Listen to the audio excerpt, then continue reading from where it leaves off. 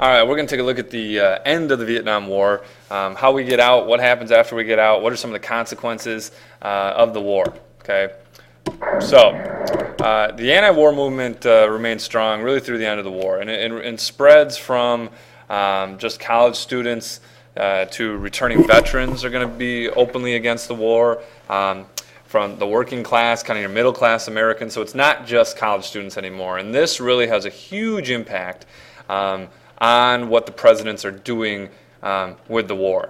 Okay, so Lyndon Johnson doesn't run in '68. We get a new president, Nixon, and Nixon has a plan that he calls Vietnamization. All right, his plan is to slowly withdraw our troops and give the control to the South Vietnamese. Very similar to what we did in Iraq, trying to do in Afghanistan, because if we came in and we just pulled all our troops out, then they would be ill-prepared, they would get run over, and everything would have been for nothing. Okay, so Vietnamization, two parts. We slowly take ours out and give them the control. This is Nixon's plan that's ultimately going to end the war. Okay, so 1969, when Nixon becomes president, the first 25,000 troops coming home. Okay, in his first term, we go from 500,000 troops down to only 25,000 troops. So the war is really ending slowly. Okay. Now Nixon's big idea is he wants peace with honor. You know, we want peace, but we don't want to look like we lost the war. We're just going to, as we give them power, if they lose the war, that's their fault. But ultimately, it's not us that lose the war. We still want to save face and look good to the rest of the world. Okay.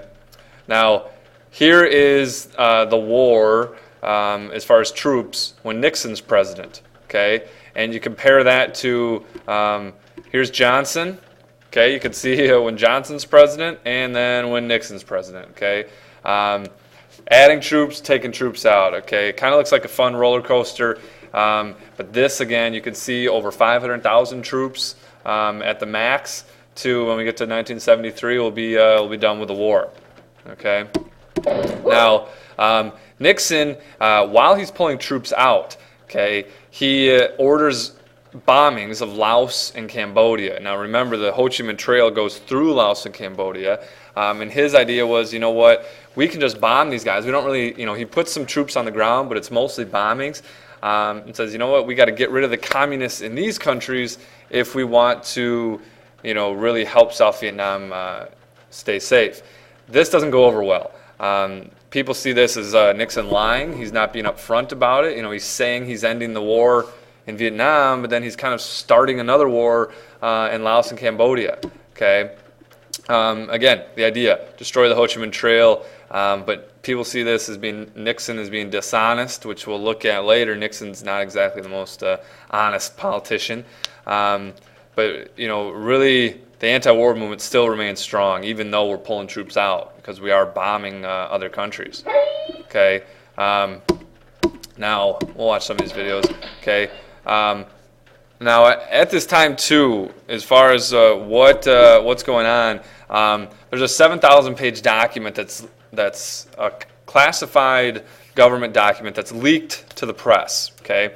Guy by the name of Daniel Ellsberg gets these papers and sends them to the New York Times. And the New York Times publishes this report. And what they find is that the true motives of the war. Johnson openly lying about the war. Okay, when he's saying, you know what, we're going to end the war, at the same time he's adding in more troops.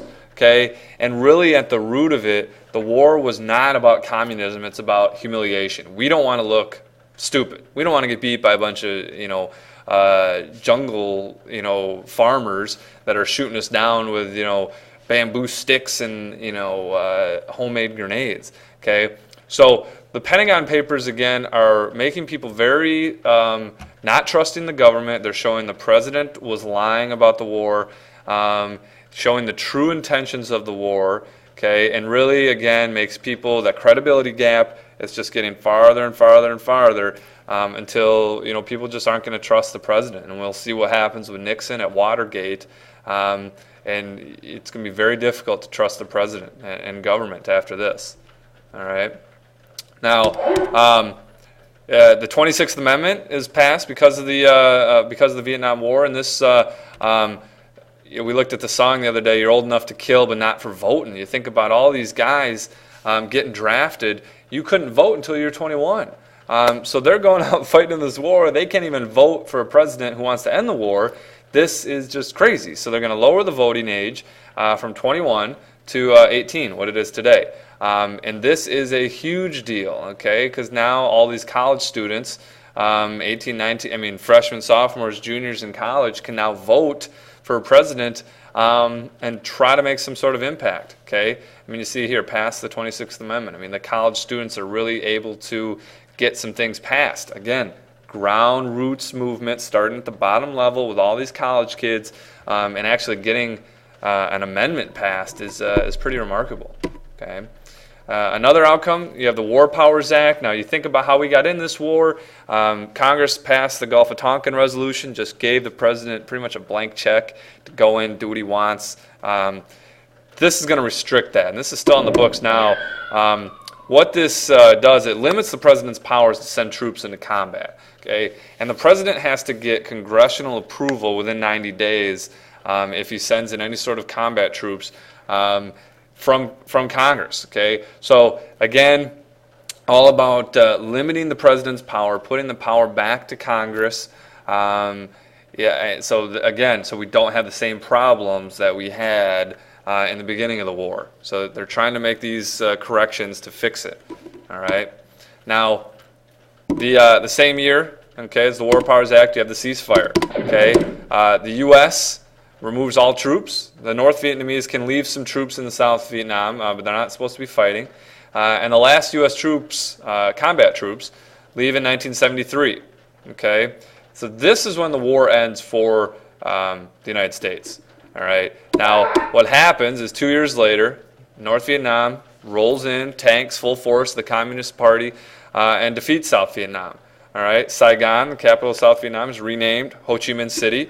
Okay. And this is kind of what we look at. The war was about stopping communism from spreading. Communism ultimately spread. Vietnam is a communist country today. Did the United States lose the war, or did the South Vietnamese lose the war, or is it kind of both? All right, we'll talk about this in class and see what you guys think. Okay, but ultimately we were there to stop communism. We leave, so we're not there. Our combat troops are not there, and North Vietnam comes in and takes over South Vietnam. All right. So you see the South Vietnamese fleeing the country, the fall of Saigon, Americans abandoning the embassies. Vietnamese people are trying to get sanctuary in the U.S. embassy. You see the helicopters, frantically getting people out of Vietnam. All right. Okay. North Vietnamese storming through the presidential palace. Okay. Pretty crazy stuff. Now, Saigon, it used to be here. It's Ho Chi Minh City. You think about it, you take the capital, you rename it after your leader.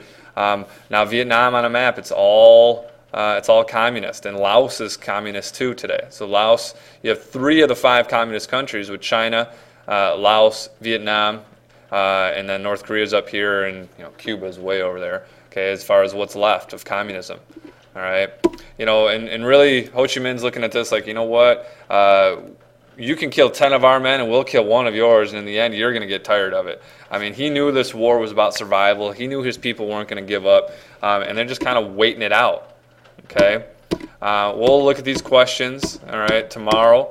All right, totals of the war: 58,000 American soldiers dead. All right, 304,000 wounded. The disabled, and really this is a huge one. We have veterans come in and they talk about post-traumatic stress. People go from fighting. I talked to one guy, he was in a firefight in the jungle on Friday, got his papers, he was back on the streets of Janesville on Monday. No counseling, no help, just boom, put him there. And this is just going to make people go, literally post-traumatic stress go crazy, okay? $176 billion, up to 5 million Vietnamese deaths. Remember, North and South are fighting the whole thing, okay? And the big question is, was it worth it? And this is what you're going to have to think about, and we'll talk about in class. All the money, lives, deaths, disabilities, was it worth it? And that's ultimately what you have to ask yourself when you think about a war. We looked at World War I, World War II, Korea, Vietnam. Were these wars worth it? Okay. So that's the end. Okay, the Vietnam Memorial in Washington D.C. If you've ever been out there, they got tributes to the nurses. 58,000 names on this cut piece of granite rock. Pretty amazing stuff. Okay, and we are done. All right. Have a great day, guys.